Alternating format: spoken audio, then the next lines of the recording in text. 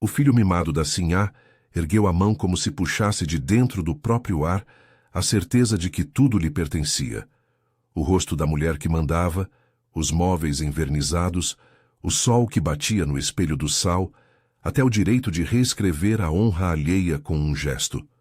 O pátio inteiro atravessou-se no segundo em que a palma encontrou a face de Benedita. Não foi apenas a pele que sentiu, foi a casa, a senzala, o engenho inteiro. Alguém rompeu uma lei invisível, e o estalo ficou longo como o som de um sino que não se cala. Ela sentiu o tapa como se a casa inteira tivesse batido no seu rosto. Ficou um segundo inteira fora do tempo, a boca amarga de sal e barro, as mãos que se fecharam como conchas ao lado do corpo. O feitor Tomás aproximou-se com a chibata dobrada ao braço, olhou para a Sinhá buscando ordens com olhos de papel, e para a Sinhá o gesto foi a confirmação do mundo. A Sinhá disse curta e seca, mostre quem manda. E Tomás executou. Os golpes soaram rijos, não havia espetáculo na violência, só o cumprimento mecânico de uma hierarquia que respirava por ordens. Depois as horas foram líquidas. Benedita não contava os golpes, contava o silêncio que veio depois, essa quietude que pesa como pedra e que se deposita na garganta. Levantaram-na quase feminino, com as mãos de Lúcia varrendo o pó do seu cabelo, Maria levando água morna num jarro de barro com a boca gasta. Isabel trouxe um pedaço de pano lavado, e como se costurassem com palavras, as três alinhavaram o corpo de Benedita com cuidado. Não mostre fraqueza não, menina, disse Lúcia, e havia tanto de proteção naquela frase que Benedita teve de segurar o pranto na curva da língua. A voz da mãe vinha primeiro, não como som, mas como lei. Nunca baixe a cabeça. Era um comando que atravessava o tempo. A mãe, que havia partido para além dos rios quando Benedita era ainda pequena, não deixara apenas palavras. Deixara um modo de conseguir fôlego entre opressões. Sempre que a noite vinha e os mosquitos se alinhavam nas frestas das janelas, Benedita repetia a frase como se rezasse, e a frase enrolava-se em seu peito como um colete de proteção. Não era desafio por desafio.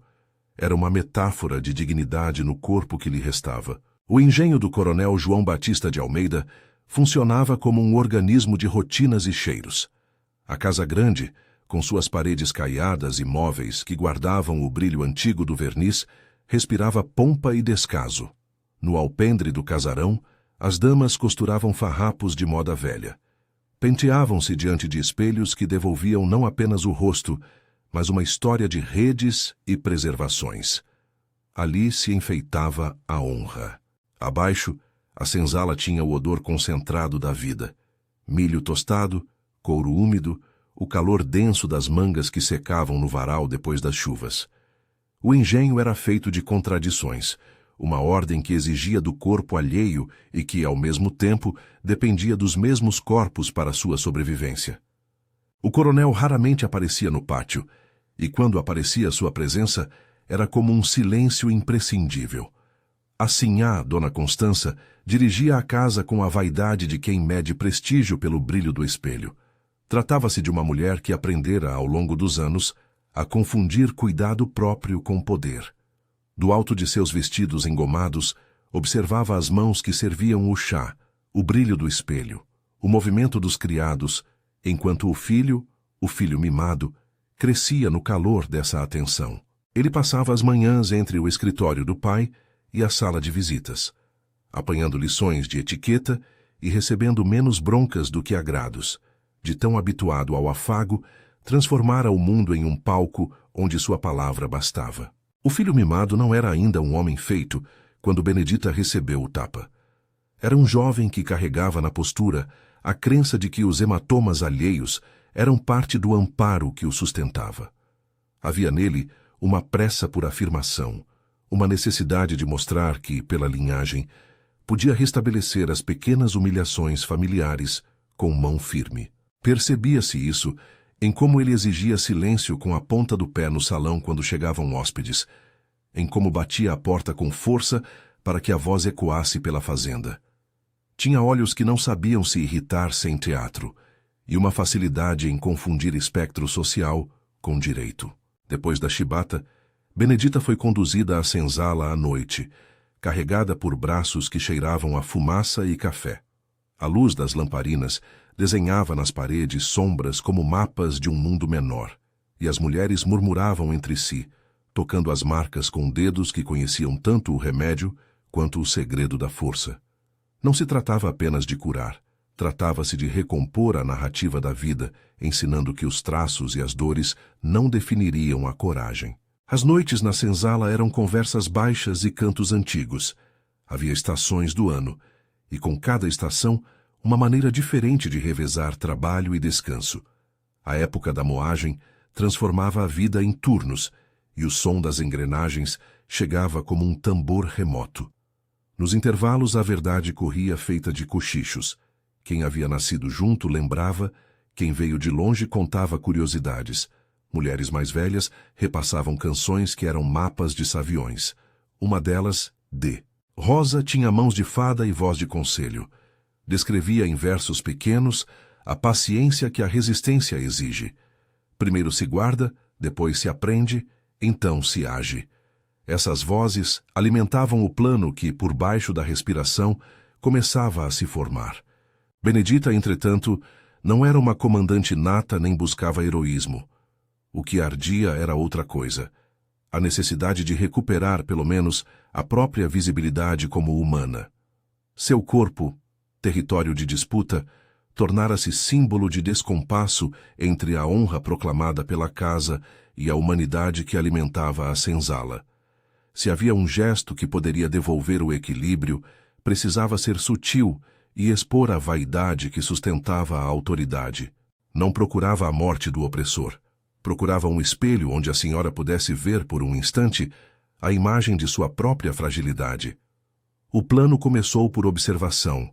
Benedita aprendeu o tempo do fogo na cozinha. A madeira que assam os pães tinha um cheiro diferente da lenha destinada à água do banho. Os baldes de cobre eram guardados sempre com o mesmo cuidado. E os criados sabiam, por hábito, o instante exato em que a sinhá tomaria seu banho ao entardecer depois da missa. Um momento de vaidade que incluía espelho, perfume e uma toalha morna. A vaidade, descobriu Benedita, era previsível. E previsível podia ser arrastada como um fio. Lúcia foi a primeira a escutar o plano. Tinha noves de coragem e muitos dias de labuta à frente. Era conhecida por cuidar das feridas com mais carinho do que o feitor sequer imaginava. Lúcia ouviu em silêncio, colocou o dedo na borda do jarro e concordou com o leve movimento do olhar que Benedita fez. Maria e Isabel, que costuravam roupas e lavavam roupas brancas com mãos que sabiam tanto de ponto quanto de força, juntaram-se ao sussurro. As 4 conversaram à noite, quando o resto dormia, escolhendo palavras como quem escolhe remédio. Precisas, curtas, sem brilho. Vai ser água, então?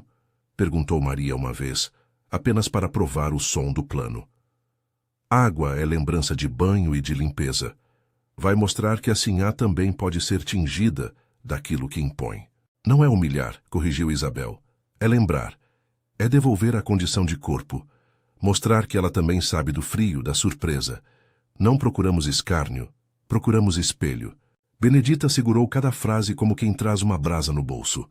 Havia o medo, que se enraizava no chão da garganta, como raiz grossa. Havia o cálculo, quando e como. Havia também o reconhecimento de que qualquer pessoa que ajudasse poderia pagar caro. As respostas foram ditas com frieza. Prisões, trabalhos mais duros, vigilância. A lógica do engenho era afiada. Como lâminas, as consequências cortavam o ar. Ainda assim, a decisão deslizou pelas mãos de todas como se já fosse antiga, uma lembrança sendo chamada de volta. Uma parte do plano dependia de Joaquim, conhecido como Mano. Ele era o homem dos rios, o que carregava mercadorias e notícias em sua canoa estreita, conhecia atalhos e abrigos e tinha respeito por quem precisava do rio como passagem. Joaquim não vivia na senzala, mas sua colaboração com os escravizados era antiga e discreta. Indícios de provisões aqui, um sinal ali, uma linha de fuga costurada sem deixar pontos à mostra. Benedita foi até ele numa madrugada em que a lua não quis se mostrar. levando consigo um pedaço de pano com o cheiro do almoço e um bilhete de esperança. Joaquim ouviu e assentiu, com os olhos duros como pedra, sem promessas fáceis. Se vai, tem de ser água, disse com a voz que parecia arrastar o barro do rio. As semanas que seguiram foram tempo de um treino silencioso. Benedita aprendeu a carregar baldes com um equilíbrio que parecia coisa de dançarina.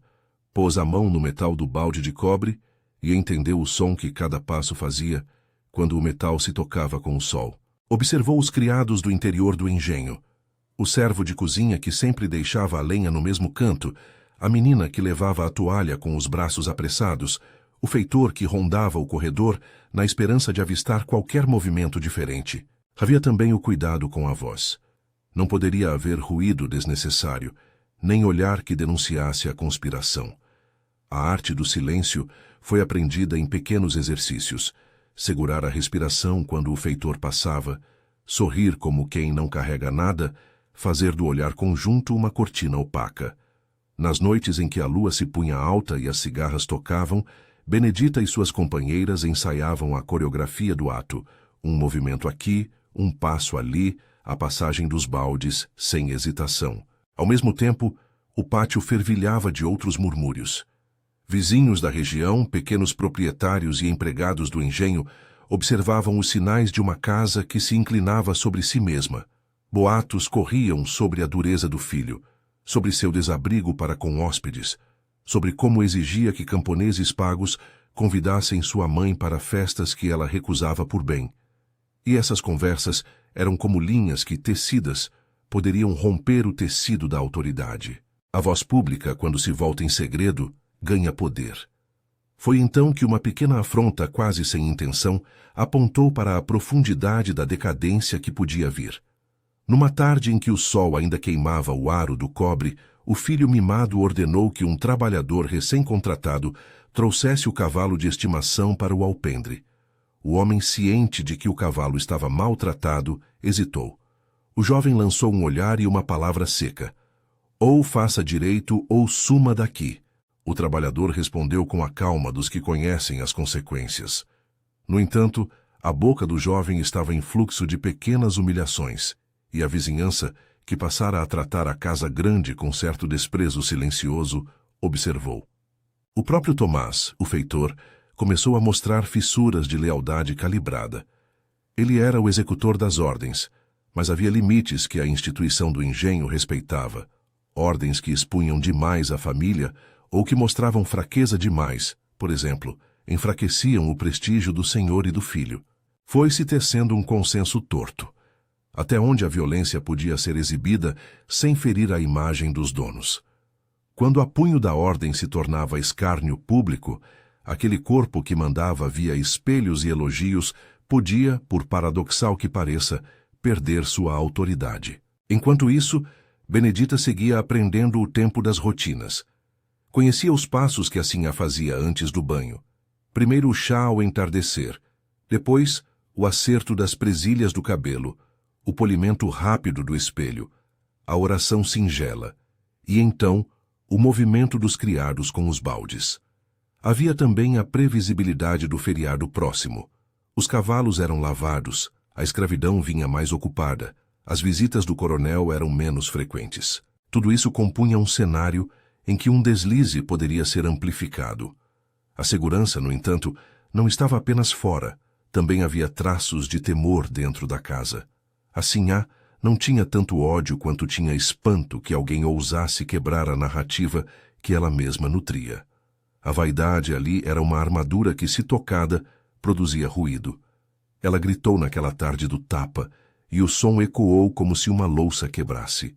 O filho, em seguida, sentiu a obrigação de demonstrar que a honra da família fora restabelecida e começou a se mover em direção a gestos que, para ele, simbolizariam restauração, castigos exemplares, punições que servissem de aviso, uma demonstração pública de controle.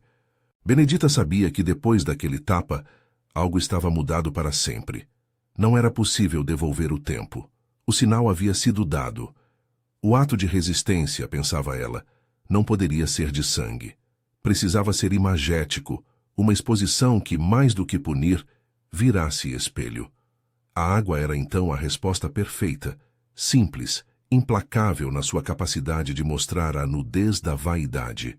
Nos dias que antecederam o momento, Benedita e as mulheres da senzala aumentaram a cautela.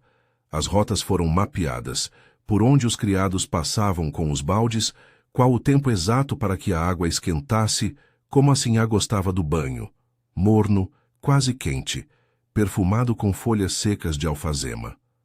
Eles sabiam que o que ansiavam não era feri-la, era mostrar que o brilho do espelho não protegia do frio de um corpo surpreendido. Nunca baixe a cabeça, murmurava Lúcia, e naquelas sílabas a voz da mãe de Benedita parecia apertar a mão de quem ouvia.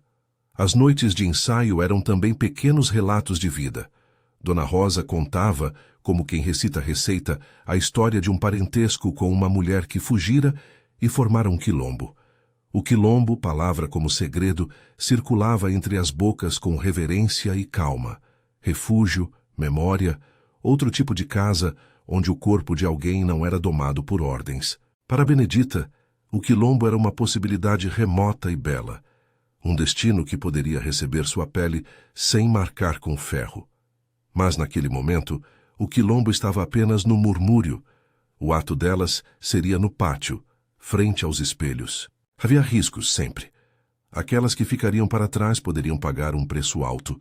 Castigos mais rijos, trabalho dobrado, vigilância reforçada pelo feitor. A matemática do preço era conhecida. Quem ajudasse poderia perder liberdade e até ser vendida. Cada passo era então um cálculo de perdas e ganhos morais. Ainda assim o consenso reinou. Se a dignidade podia ser recuperada por um instante, as mulheres estariam prontas a arcar com as consequências. No alvorecer do dia marcado, Benedita levantou antes do sol, sentiu a brisa ainda úmida no rosto e foi ao fundo do engenho. O ar cheirava a terra molhada. O rio, que corria como veia próxima à propriedade, murmurava ao longe. Joaquim apareceu como prometera, com um pano dobrado e um remo que não tremia. Ele trouxe notícias do outro lado do rio, que a cantora velha da aldeia andava a entoar canções novas, que o boato da humilhação havia corrido como faísca entre plantadores e moleiros. Boatos, pensou Benedita, podiam ser combustível. Aquilo que se propaga muda o mundo de forma suave, como correntes submarinas. O filho mimado apareceu naquele fim de manhã como um sol pequeno e ameaçador. Vinha vestido para a solenidade de manhã de feira, o punho fechado, o queixo esticado em pretensa soberania. Olhou para Benedita com desprezo e disse uma palavra que soou como um trovão. Ela precisa aprender. Houve uma promessa no ar, um aviso de retaliação. E Benedita respondeu apenas com um silêncio que não era submissão. O silêncio daquele momento foi mais eloquente do que qualquer resposta possível. As horas que restaram até o ato limparam os detalhes. Quem levaria o balde, onde o balde seria colocado, qual a rota de fuga depois. Os rostos aliados tinham a seriedade de quem participa de um ritual antigo. Não era bravata, era pacto. Benedita segurou o balde de cobre com as duas mãos e sentiu o peso do metal e do que ele poderia significar.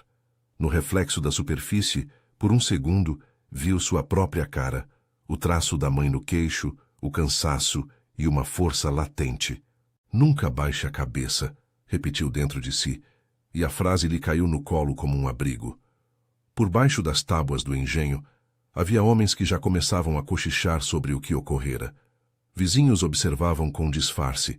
Alguns sorriam de canto, outros franziram a testa. O boato crescia sem necessidade de vento. Tomás, por sua vez, começou a deslocar-se com mais frequência pelo pátio, sentindo, talvez, que a sua própria lealdade seria cobrada se a ordem fosse tão escandalosa que feria as alianças. Ele sabia que a autoridade não era só ferro, era também imagem. E imagem, quando se quebra, não se recompõe apenas com medo. No interior da casa grande, a sinhá seguiu com suas rotinas, sem desconfiar do fio que se pertoava invisível. Passava horas frente ao espelho, ajeitando o vestido e retocando o rosto com a delicadeza de quem cuida de um ídolo. Por fora, a casa mantinha o brilho de sempre. Por dentro, as frestas guardavam rumores. O filho mimado, ignorando o suspiro sussurrado das paredes, passou a tarde ensaiando o gesto que julgava necessário: firmar a ordem, punir com exemplaridade. Ele gostava de crer que a autoridade se reconstrói com atos públicos. Quando o sol começou a declinar e as sombras a esticar no pátio como dedos, Benedita se aproximou da cozinha. O cheiro da água quente subia em vapor. O balde estava pronto, limpo, brilhando como promessa. As mãos das mulheres tremiam, não de medo, mas de expectativa. Lúcia fez um gesto pequeno, quase invisível, e Benedita entendeu. Era a hora. A casa se preparava, sem saber, para o momento em que a vaidade seria alcançada pelo simples fato de ser humana. Benedita levou o balde como quem carrega uma herança. Ao passar pelo corredor que levava ao quarto da Sinhá, o coração latiu mais alto do que o corpo permitia. Era o pórtico de um rito. Aquela noite prometia uma violação da ordem, mas também um espelho que podia, por instantes, devolver a imagem de que a Sinhá, meu e dela, era apenas uma mulher. Nunca baixe a cabeça, repetiu, e o som daquela frase no seu interior soou agora como uma âncora. Do lado de fora, as vozes começaram a se mover. Passos que se aproximavam, o som de um coche que talvez anunciasse visitas previstas, risos tímidos de criados. Benedita pôs o pé na soleira, sentiu o ar da casa grande, quente, perfume e madeira, e em silêncio levantou o balde. No outro lado da porta, pôde ouvir a Sinhá cantar uma canção melosa, afinada à própria imagem, nada suspeitando que a água que vinha era destinada a lhe devolver algo que estava em falta. A lembrança de que sob o vestido e o verniz havia pele que treme. E então, entre a porta e o salão, no fio mínimo entre o tempo que era e o tempo que viria, a mão de Benedita fechou-se no cabo do balde. A respiração inteira do engenho contorceu-se num instante suspenso. O mundo, por um segundo, esperou. O balde inclinou-se e a água encontrou a pele da Sinhá como se tocasse. De súbito, a verdade crua de um corpo que não era mais espelho do domínio, mas pessoa que se surpreendia ao sentir frio. O líquido escorreu pela nuca, escorrendo pelo cabelo preso, que até então ostentava amarras e flores de tecido. O perfume que ela usara para se proteger do vento misturou-se ao odor do metal e da lenha. Houve antes do grito um segundo de estupor. O brilho do espelho tremulou como se o vidro precisasse de permissão para continuar a devolver aquela imagem que até então fora consentida. Depois, um som que partiu o ar e fez correr simultaneamente o rumor do pátio e o sangue nas faces de quem assistia. Se essa história te interessa, curta e compartilhe para manter viva a memória. O ruído foi imediato. Passos apressados, um fio de voz afobada, o sino de poucos instantes tocando onde antes só havia a cadência das rotinas. A Sinhá ergueu as mãos para o rosto como se tentasse apagar do espelho a marca da água. Mas não se tratava apenas de limpar. Tratava-se de apagar a visão de si mesma desnudada de vaidade. Ela gemeu, o som alto e agudo, e o gesto de proteger-se soou aos ouvidos como acusação. O filho mimado, presente como ameaça adiada, virou-se para a origem do escândalo com olhos que quase não cabiam no rosto. Era a percepção de que fora atingido no que mais prezava, o prestígio da família. No pátio, a confusão replicou-se em camadas. O feitor Tomás correu num passo pesado, a chibata batendo no dorso da mão. Homens com aventais sujos ergueram-se, as mãos hesitantes entre a obrigação e um estranho medo do que podiam tornar público. Alguns criados olharam o rosto de Benedita. Outros evitaram olhar, como se o ar pudesse transmitir culpa. Dá-se então, naquele movimento coletivo, a primeira falha da ordem. Correntes que se acreditavam inquebráveis começaram a ranger. Benedita não esperou que a presença do feitor a acusasse. Houve um segundo de lucidez cristalina, em que o plano se tornou mais leve do que o medo. A água que restava no balde tremia. Nas palmas, o frio ainda vivia. Ela deixou o cabo cair com cuidado e deu um passo para trás, integrando-se ao fluxo de sombras pela porta entreaberta. Joaquim apareceu como um vulto prometido, a canoa ainda ecoando na memória das tábuas do rio, e soprou-lhe uma ordem curta. Vai. Ela obedeceu com a mesma calma com que caminhara até ali, como se a resistência fosse finalmente uma estrada em que se podia pisar sem tropeços. A corrida foi medida pelo som dos sapatos no chão batido e pelo bater de um coração que parecia querer contar em ritmo o preço daquela audácia. Pela lateral do engenho, onde as sombras sempre se abrigavam, um túnel de silêncio aguardava. Joaquim abriu passagem entre feixes de varas e encruzilhadas de madeiras, puxando consigo o pano dobrado que havia carregado desde a margem. Alguém na senzala, Lúcia ou Maria, é difícil dizer, atirou um olhar que continha tudo: medo, pesar, um fio de orgulho incontido. Não houve palavras longas, não era o tempo. Ao cruzarem a porteira, um grito veio do alpendre e ricocheteou por paredes vitrificadas de surpresa. O filho mimado, vermelho de cólera, puxou Tomás pela manga e ordenou que a buscassem. A voz do jovem era curta e cortante. Tragam-na, que ela sirva de exemplo. Tomás, com o rosto fechado, avançou para cumprir a ordem. Mas algo no gesto tornou-se hesitante, não por piedade, não por dúvida moral formulada, mas por uma conta prática. O que faria, a casa, uma punição que fizesse circular imagens sobre uma sinhá molhada e humilhada? Havia a vergonha do gesto em si, havia também o temor de que a indignação popular pudesse virar crítica ao senhorio. A fuga por entre a mata foi uma sequência de resistências calculadas. Joaquim levou Benedita por veredas que conhecia como quem conhece as juntas de suas mãos. A lua ainda não se erguera, e eles se guiavam pelo cheiro do rio e pelos sons que lembravam a cidade de água.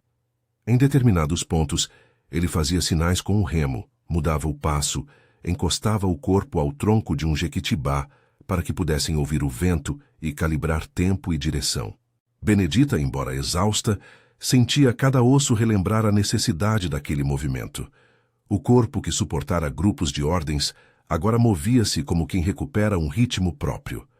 Enquanto isso, no engenho, o alvoroço consolidava-se em rumor. Houve prantos e súplicas. Algumas mulheres correram até o portão, puxaram o pano da janela para ver o que tinham causado. A sinhá, ainda em estado de choque, ordenou que o bandido fosse trazido a qualquer custo. O filho, inflamado de vaidade ferida, buscou respaldo entre os fazendeiros vizinhos, enviando mensageiros com lanterna e cavalos rápidos. O coronel, figura distante, porém decisiva, recebeu as notícias com a rigidez daqueles que precisam calibrar honra e comércio. Não podemos permitir que a imagem se rompa, disse ele, uma frase que traduzia a lei dura do seu tempo. Honra rima com lucro. Passou-se a noite em expectativa. Os capitães de mato foram chamados, cavalos engatilhados, cães colocados em coleiras. Anúncios e promessas de recompensa circularam entre os quiosques e os casebres próximos. Havia, porém, também outro trabalho sendo feito em silêncio. Durante as horas em que o mundo oficial se agitava, a senzala contabilizava perdas e possibilidades. Lúcia, Maria e Isabel sabiam que a decisão de Benedita as tornara alvo. Elas contabilizaram a vergonha, depois o custo. Em voz baixa, decidiram que resistir também significava arcar com os resultados. Não importa o que venha, murmurou Lúcia. A memória vale mais. Maria limpou com força o pano na bacia e olhou para as costuras como se costurasse destino. A travessia do rio foi lenta. Joaquim remou devagar, como quem não quer anunciar o movimento. A canoa parecia uma boca de tênue esperança. No escuro, só restavam as mãos e o trabalho de deslocar a água. Em certo trecho, a corrente puxou com força. As margens pareciam aproximar-se e distante. Tudo se fez mais palpável. Os sapatos molhados, os panos grudando na pele, os mosquitos que insistiam em picar.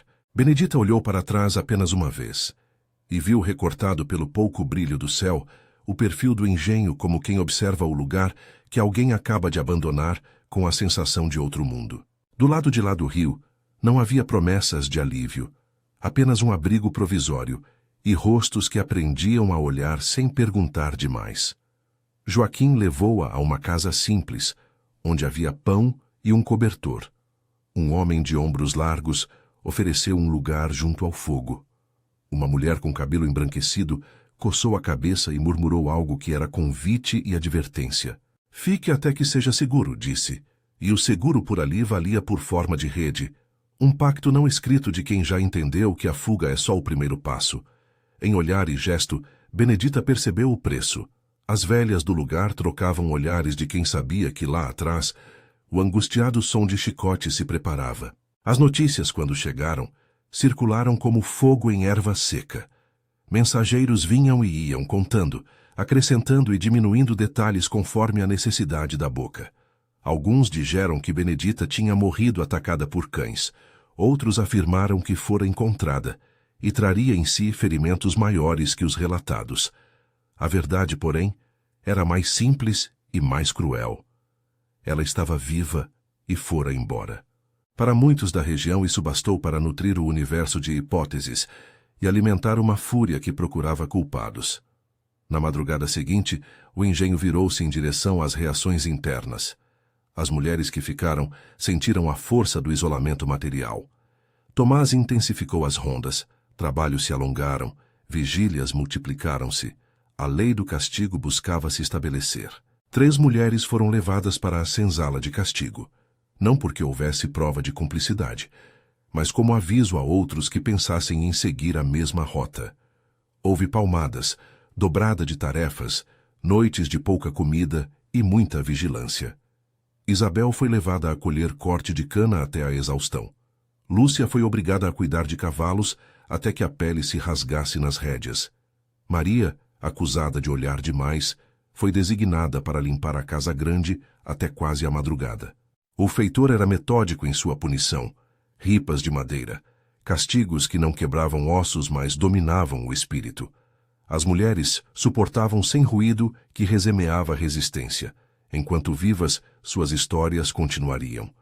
Nos dias que se seguiram ao incidente, o filho mimado empenhou-se numa campanha de restauração que saiu dos limites do engenho e alcançou vizinhança e comércio. Chamou oficiais, exigiu censos de lealdade, ofereceu pagamento a quem trouxesse notícias, punições exemplares que seriam mostradas como prova de autoridade. Mas as engrenagens humanas, quando forçadas demais, rompem por outros pontos. As relações de poder entre patrões e vizinhos vinham impregnadas de cálculo social. Lentamente, a sua exigência tornou-se problema de reputação. Fazendeiros que antes haviam concordado com as ordens do jovem, agora sussurravam acerca do risco público. Não é prudente, dizia um senhor de engenho vizinho, cuja propriedade se mantinha em segredo. Marcas demais atraem curiosidade. O que derrubou com mais eficácia o prestígio do filho foi uma sucessão de recusas e ações pequenas, mas decisivas. Tomás, que até então havia sido instrumento fiel, começou a encontrar justificativas para atrasos e inconveniências. Ele não desobedecia abertamente.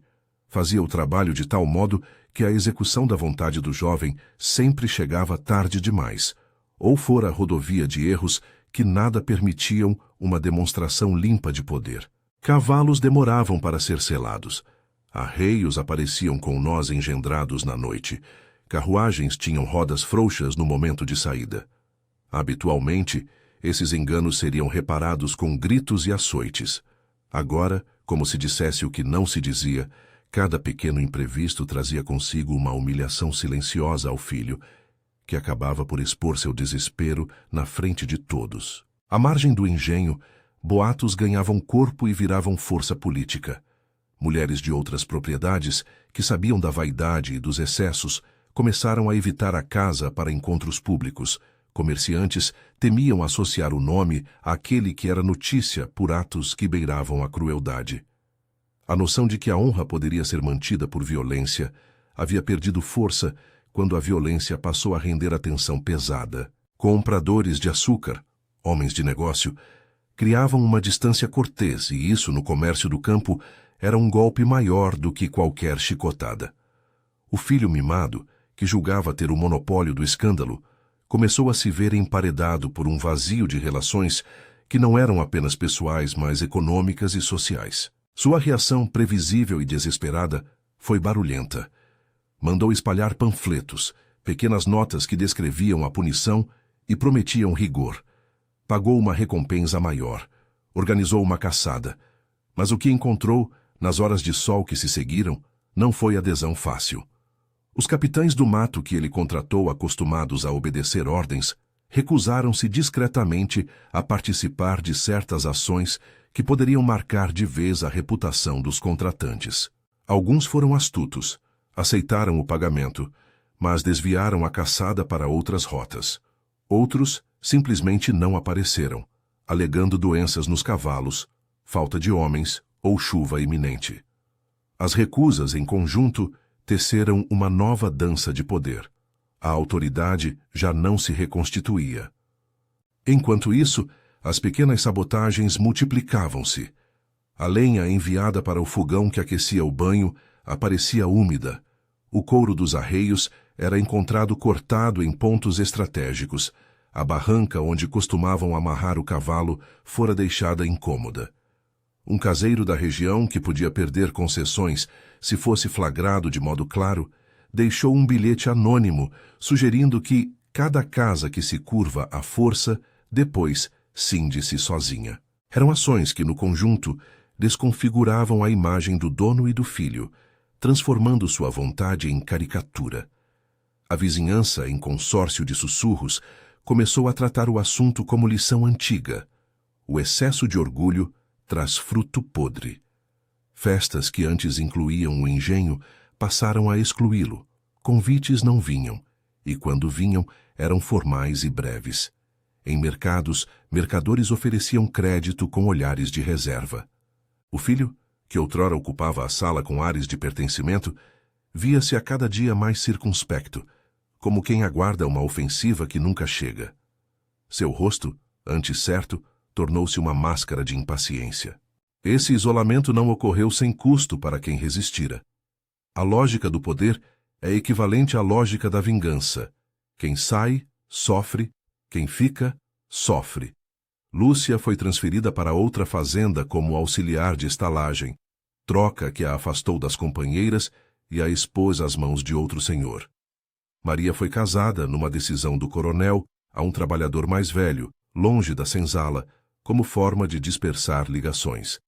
Isabel foi vendida em segredo para um sítio ao norte, onde colhia fumo até a exaustão. Cada uma delas pagou preço que não era equalizável.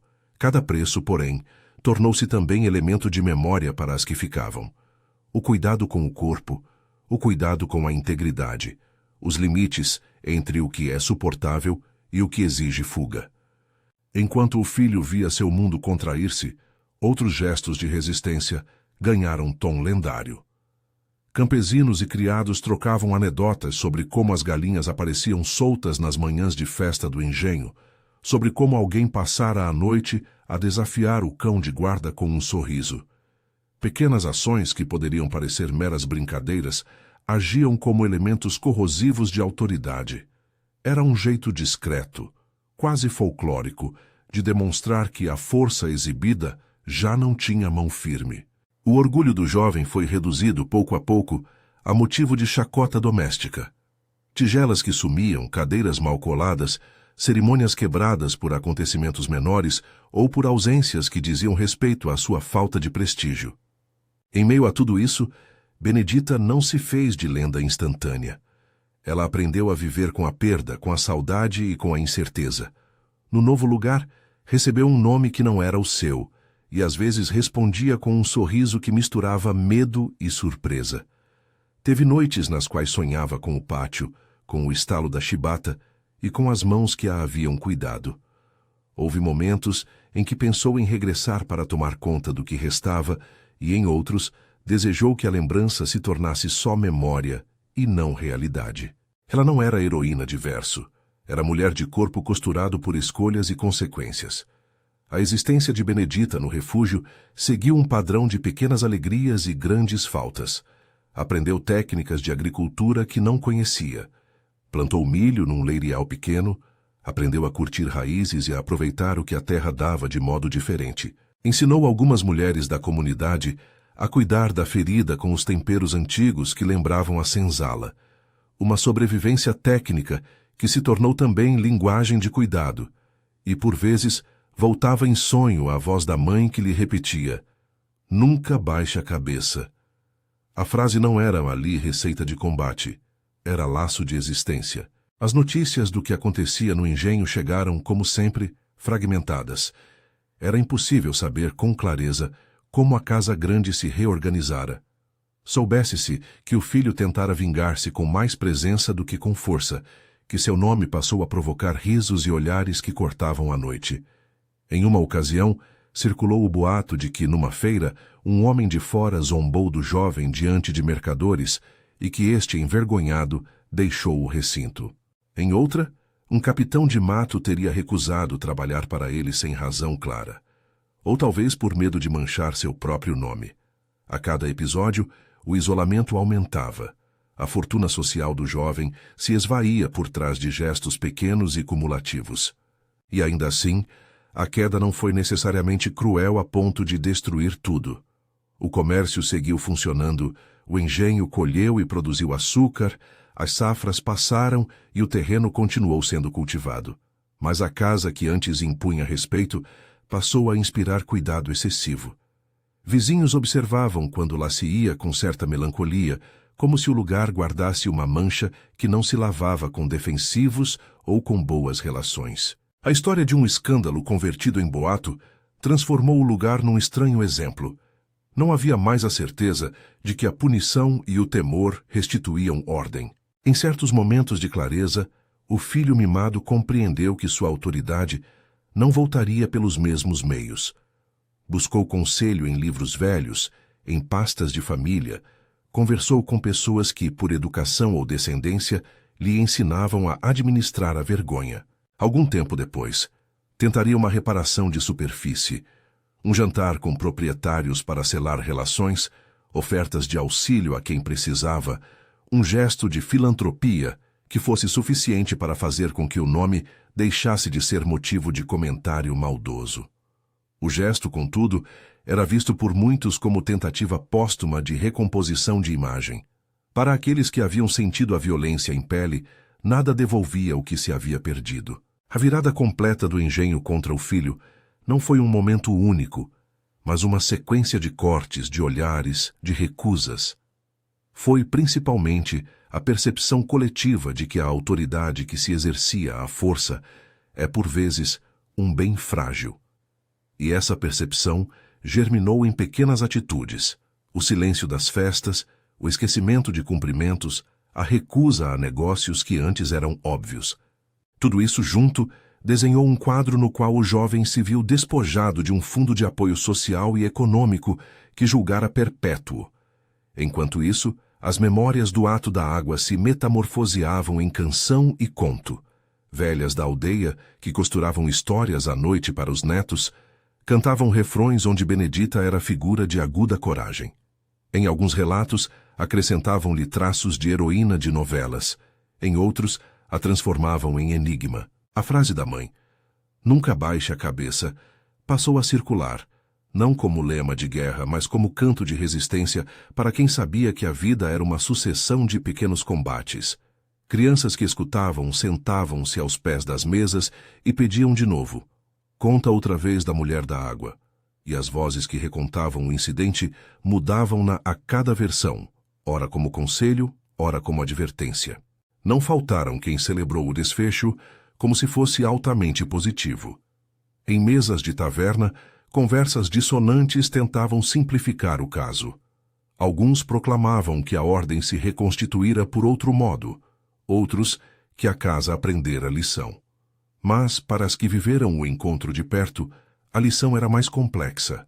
Certeza de que um gesto de dignidade pode provocar uma mudança simbólica, sem que isso signifique anulação do dano. O preço pagou-se, e as mulheres que ficaram com as costas marcadas seguiram vida resistindo a cada dia. Anos passaram. O filho mimado envelheceu de modo mais rápido do que seria natural para sua idade. No rosto, acumulavam-se rugas e a dificuldade de encontrar aliados. Casamentos que poderiam alçar seu nome foram recusados por alianças que não viam vantagem. Seu pai, o coronel, morreu deixando em testamento propriedades, mas também a responsabilidade de reconstruir reputação. As heranças de honra, no entanto, não se passam como herdabilidade de gado. São tecido de relações que o dinheiro não recompõe com facilidade. Benedita, por sua vez, fez da sua ausência marco de libertação e de lamento. Houve dias em que pensava em regressar por curiosidade, para ver se a casa se tornara outra, para medir o tamanho da mudança, mas voltou apenas em histórias que suas irmãs de plantio contavam aos outros. Ela andou no outro lado do rio, ensinou meninos a plantar e continuou a repetir: nunca baixe a cabeça. No dizer das rodas, o nome de Benedita passou a ser invocado como quem descreve um sulco. Crianças que cresciam nas margens dos rios ouviam aquilo e pressupunham um código: a dignidade não se negocia. A lenda que se formou ao redor do episódio cresceu com o tempo, incorporando figurinhas e elementos que o próprio tempo quis dar. A água que foi derramada algumas vezes transformou-se em símbolo maior, água que lava e que denuncia, água que revela a humanidade sob os vestidos e o verniz. Em festas de folguedos, mulheres cantavam sobre a água que lembrou a Sinhá que pese era gente, e o refrão terminava sempre com a mesma invocação trabalhada: nunca baixar a cabeça. Nem tudo, porém, converteu-se em fábula recompensadora. Havia relatos de perda e de dor, as costas marcadas, a saudade que fica, os casos de famílias despedaçadas por vendas e deserções. Os custos eram reais e a comemoração da roda não suplia os estragos. O mito convivia com a ferida, e talvez essa ambivalência fosse o ponto mais verdadeiro. Resistência que transforma a memória não elimina a violência. A reconfiguração social frequentemente vem mista de ganhos simbólicos e perdas materiais. Nos últimos anos da vida do filho mimado, ele apareceu poucas vezes em público. Caminhava pela casa de honra de modo lento, consciente de que sua sombra já não impunha ordem e que os olhos externos o avaliavam com reservas. Algumas pessoas supuseram que se arrependera, outros que apenas aprendera a esconder-se. Em uma tarde quente, um mercador contou em voz baixa que ouviu o jovem resmungar para si mesmo, olhando para o espelho: perdi mais que honra, perdi o resto. Mas quem, desse lado, podia dizer com certeza o que se passa no coração de alguém que outrora acreditou possuir tudo? A memória de Benedita ficou viva, não por Deus nem por lei, mas por contos e práticas. Em reuniões de lavadeiras, mulheres trocavam equivalências entre o ato e outras pequenas resistências. Quando o patrão manda bater, lembre-se de Benedita, dizia uma anciã, e a frase servia menos como louvor e mais como alento. Em jantares de carnaval, a narrativa acrescentava cores e vozes enquanto preservava o núcleo. Uma mulher ousou e pagou. Outra, com coragem, sobreviveu. Num canto da região, velhas guardavam a história como relíquia. Veio a ser cantada em variações, costurada em lenços, passada de boca em boca. Havia quem a tornasse prece curta: se a água lembra, lembremo-nos. E a frase da mãe, que tantas vezes soara como aviso, continuou a ser repetida, não como grito, mas como guia: nunca baixe a cabeça.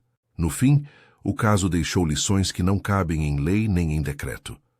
Mostraram-se duas coisas com clareza. A primeira, que a dignidade tem o poder de fraturar ordens quando encontra modos de se expressar. A segunda, que as rupturas acarretam custos. A resistência, por mais bela que seja, traz consigo a conta.